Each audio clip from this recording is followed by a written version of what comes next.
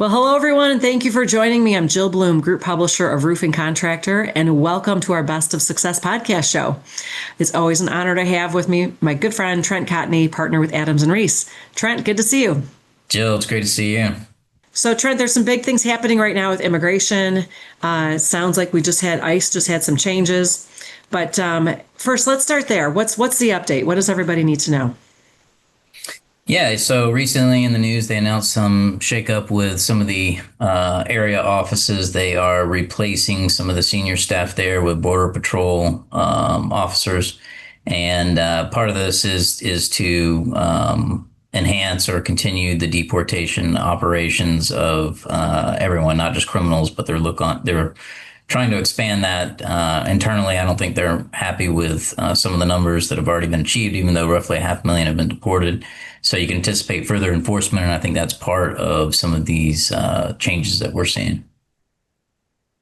So, what we were just talking about, Trent, which I think is really important to get your legal perspective on. So, a friend of mine in the Detroit area had a couple of guys that, if you're in Detroit, if you get on 96 and you make the wrong turn, you're on the bridge to go to Canada, and there's just you're stuck. You're going to Canada.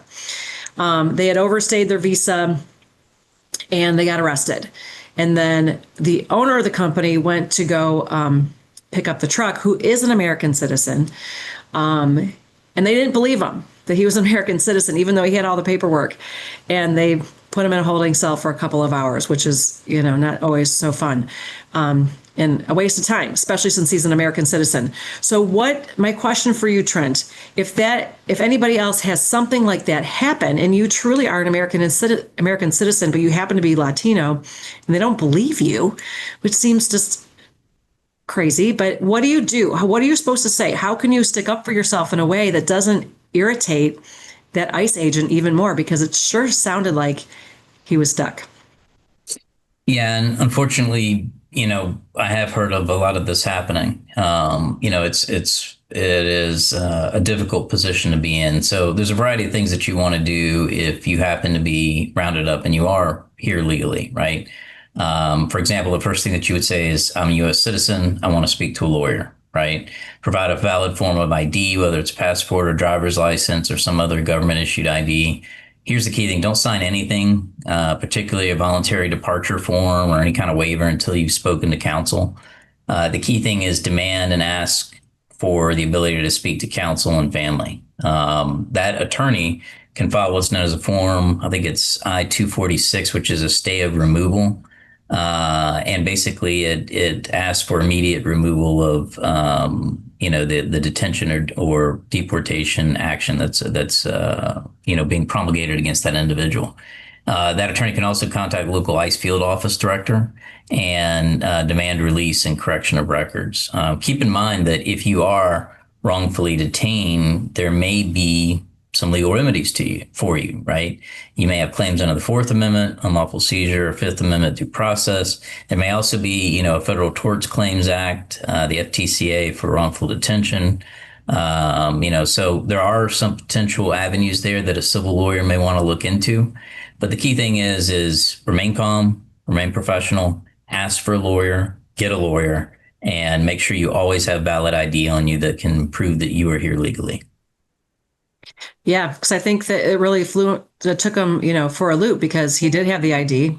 They took his cell phone and weren't very clear what they were doing. So it was, that's a whole nother question. Like now they've taken his cell phone. They didn't explain what they were doing.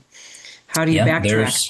There is, regardless, and this is not a political statement by any means, but regardless of what government agency you are dealing with, there is always the possibility of overreach. You and I have talked about it within the case of OSHA. I see it with EPA. I see it with DOL. I see it with a lot of government agencies. And the best thing that you can do is know and assert your rights and recognize that even if you are wrongfully detained or actions are taken against you that shouldn't be, that there is a potential civil recourse for that.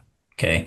The key is activate your counsel, make sure that they are on top of things. And that's going to be absolutely critical for not only getting you out of the position that you're in, but preserving the evidence that could potentially help you with a civil case if you have to go that route.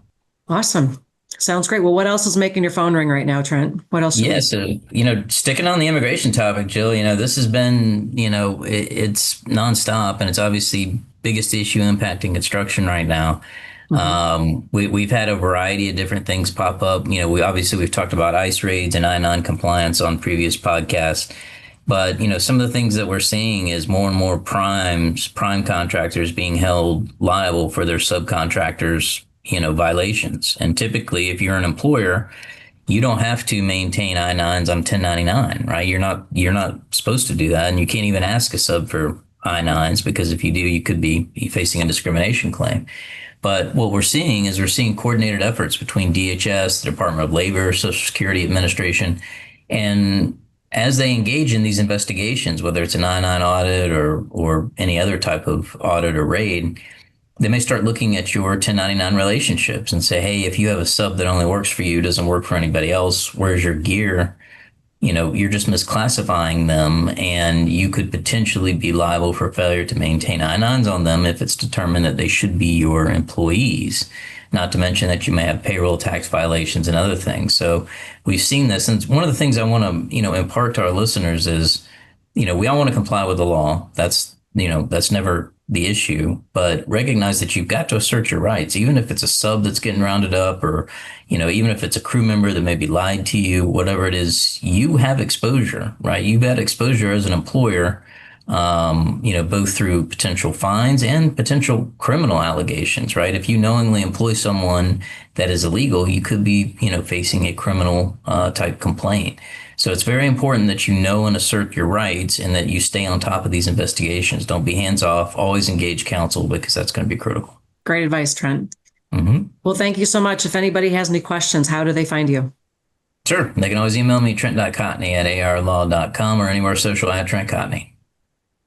Sounds great, Trent. And if anybody has any questions for us, it's roofingcontractor.com or wconline.com. And make sure you follow us on all our social media channels. And we can't wait to talk to you soon. Thanks again, Trent. Thank you.